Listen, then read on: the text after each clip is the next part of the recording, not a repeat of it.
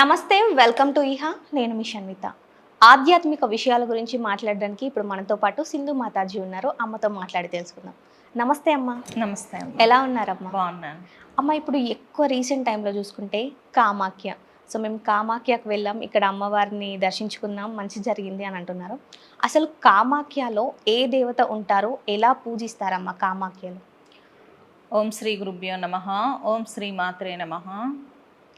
కామాఖ్య అంటే అమ్మవారి యోని స్వరూపం పడిన చోటు అన్నమాట. అంటే దక్ష ప్రజాపతి యజ్ఞం చేస్తున్న సమయంలో సతీదేవి ఆత్మహత్య చేసుకుంటుంది. ఆ శరీరాన్ని స్వామివారు చూస్తూ పరమేశ్వరుల వారు బాధపడుతూ ఉంటే సృష్టి స్థితి లయలు గాడి తప్పుతాయని విష్ణువు ఏం చేస్తారు, ఆయన సుదర్శన చక్రాన్ని వదిలి అమ్మవారి శరీర భాగాల్ని ఖండితాలుగా చేస్తే అష్టాదశ శక్తి పీఠాలుగా ఏర్పడతాయన్నమాట భూమి మీద. అమ్మవారి యోని ప్రదేశం అనేది నీలాచల పర్వతాలు, అస్సాం గౌహాతి ప్లేస్లో పడింది. అక్కడ యోని భాగం పడి 10 ముక్కలైందన్నమాట.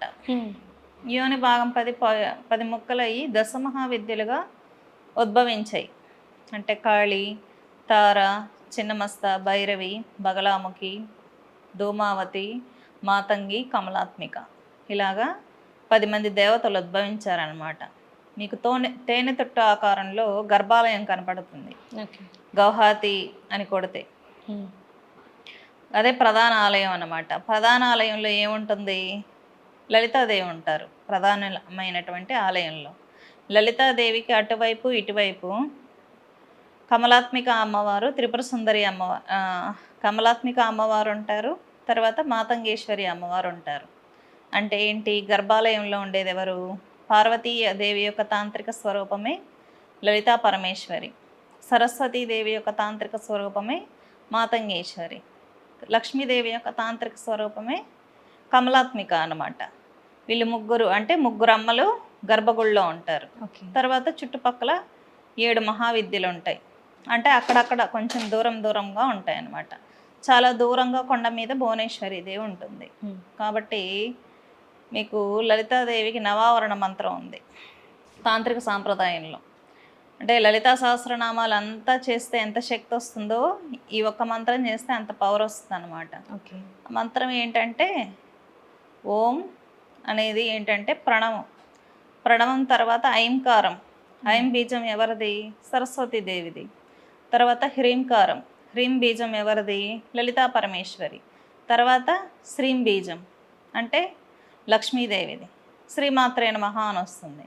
ఓం ఐం హ్రీం శ్రీం శ్రీమాత్రే నమః. అంటే ఇక్కడ ముగ్గురు ప్రధాన దేవతలు ఎక్కడున్నారు? గర్భగుడిలో ఉన్నారు. అంటే గర్భగుడిలో ఉండే కామాఖ్యదేవి ఎవరు? లలితాదేవి యొక్క నవావరణ స్వరూపం. అంటే లలితా పరాభట్టారిక స్వయంభూగా వెలిసినటువంటి ప్రదేశమే మనకి కామాఖ్య అన్నమాట. అంటే అక్కడ కౌల పద్ధతిలో అమ్మవారికి కౌలాచారం ప్రకారం, వామాచారం ప్రకారం అక్కడ పూజలు దీక్షలు జరుగుతాయన్నమాట. అంటే ఏంటి? మనం ఇప్పుడు కంచి కామాక్షి దేవి దగ్గరికి వెళ్తే అక్కడ దక్షిణాచారంలో జరుగుతుంది.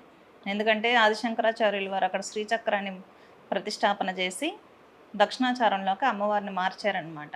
అమ్మవారి ఉగ్రకళ్ళని తీసేసి. కాబట్టి అష్టాదశ శక్తి పీఠాలకి శక్తినిచ్చేది కామాఖ్యాదేవి. మీకు అమ్మవారి మిగిలిన బాడీ పార్ట్స్ అంతా ఆల్ ఓవర్ ఇండియా పడ్డాయి. 108 శక్తి పీఠాలు అంటారు. కొన్ని వర్ణంలో 54 శక్తి పీఠాలు అంటారు. ప్రధానంగా ఆదిశంకరాచార్యుల వారు ఇచ్చింది 18 శక్తి పీఠాలు, అష్టాదశ శక్తి పీఠాలని.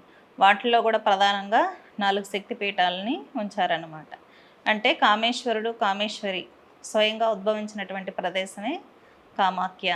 అక్కడ కౌలాచారంలో దీక్షలు ఉంటాయి. అంటే శాక్తేయంలో మీకు కౌలాచారం అనేది సాత్వికమైనటువంటి ఆరాధన. వామాచారం అంటే ఉగ్రమైనటువంటి ఆరాధన. వామాచారం కాళీకులం ప్రకారం ఉంటుంది. కౌలాచారం వచ్చి శ్రీకులం ప్రకారం ఉంటుందన్నమాట. శ్రీకులం అంటే ఏంటి? లలితాదేవి సాత్విక ఆరాధనలు దేవతల్ని పూజించే విధానాన్ని శ్రీకులం అంటారు.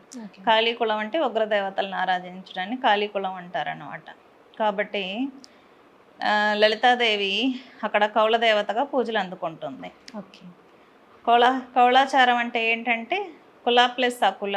కుల అంటే అమ్మవారు, అకుల అంటే శివుడు, శివశక్తులు ఇద్దరు కలిస్తే కౌలాచారం. అంటే మూలాధారంలో ఉన్న శక్తి అమ్మవారు పరుగులు పెడుతుందన్నమాట కుండలిని స్వరూపంలో సహస్రార చక్రానికి. ఓకే. శివుడితో అమ్మవారు కలిసిపోతుంది సహస్రార చక్రంలో. కాబట్టి దీన్నే కౌలాచారం అంటారు. ఓకే. అంటే హఠయోగానికి ఇక్కడ కులాచారాలని యాడ్ చేస్తే కౌలాచారం అయింది. ఒకప్పుడు బ్రాహ్మణేతరులు అంటే బ్రాహ్మణులు వైదికాచారం పాటించేవాళ్ళు, విష్ణువులు వైష్ణవం పాటించేవాళ్ళు. మరి వేరే వేరే కులాలు ఉంటాయి కదా, మరి వాళ్ళకు కూడా ఆచారాలు ఉన్నాయి. వాటిని కౌలాచారం అంటారు, కులాచారాలు అంటారు.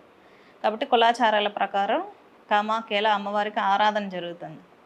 మీరు లలిత సహస్రనామాలు తీసుకున్నట్లయితే కౌలిని కులయోగిని అని ఉంటుందన్నమాట. కౌలిని అంటే కులాచారంలో పూజలు స్వీకరించేటటువంటి అమ్మవారు అని అర్థం. మీకు అమ్మవారికి ఇంకొక నామం కూడా ఉంది, తాంబూల పూరితముఖి. అంటే ఏంటంటే తాంబూలం నోట్లో వేసుకొని ఆచమనం చేసే పద్ధతి వామాచారంలో లేదు, కౌలాచారంలో ఉంది. కాబట్టి ఏంటి, అమ్మవారు కౌళ దేవత అన్నమాట స్వయంభూగా. కాబట్టి అక్కడ కౌలాచారంలో కులాచారాల ప్రకారం అక్కడ దేవతకి పూజలు క్రతువులు పాండాస్ అంటారు. అక్కడ పూజలు నిర్వహించే వాళ్ళని నిర్వహిస్తూ ఉంటారు. అంబుబాచి ఉత్సవాలు సంవత్సరంలో 3 రోజులు చాలా వైభవంగా నిర్వహిస్తారు. కాబట్టి అక్కడ ఉండేది లలితా త్రిపుర సుందరి ప్రధాన దేవత, చుట్టూ ఉండే వాళ్ళందరూ మిగిలిన మహావిద్యలు అన్నమాట. మామూలుగా మనం ఏదైనా శాక్తేయంలో మనం మాట్లాడుకోవాలి అంటే ప్రామాణికమైనటువంటి గ్రంథం ఉంటుంది. కామాఖ్య గురించి మనం మాట్లాడుకోవాలనుకోండి, ప్రామాణికమైనటువంటి ఆగమం ఒకటి ఉంది, దాన్ని యోని తంత్రం అంటాం అన్నమాట.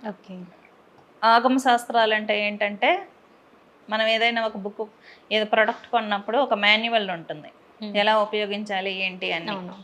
అలాగా అమ్మవార్లకు కూడా మాన్యువల్ లాంటిది ఆగమ శాస్త్రాలు అంటే. ఈ ఆగమ శాస్త్రాలు ఎవరు ఇచ్చారంటే పరమేశ్వరుల వారు సమస్త మానవాళికి అందించారనమాట ఆగమ శాస్త్రాలు. వీటిలో ఈ అమ్మవారికి సంబంధించినటువంటి ఆగమాలని శాక్తేయ ఆగమాస్ అంటారు. ఈ శాక్తేయ ఆగమాలలో కామాఖ్యదేవి గురించి మనం మాట్లాడుకోవాలంటే యోని తంత్రం, కులార్ణవ తంత్రం, రుద్రయామల తంత్రంలో కూడా అమ్మవారికి ఎలాంటి పూజలు చేయాలి, ఎలా ఆఫర్ చేయాలి. ఆగమాస్లో మళ్ళీ 4 పార్ట్స్ ఉంటాయి, క్రియాయోగ, జ్ఞానయోగం, చర్యాపాదమని.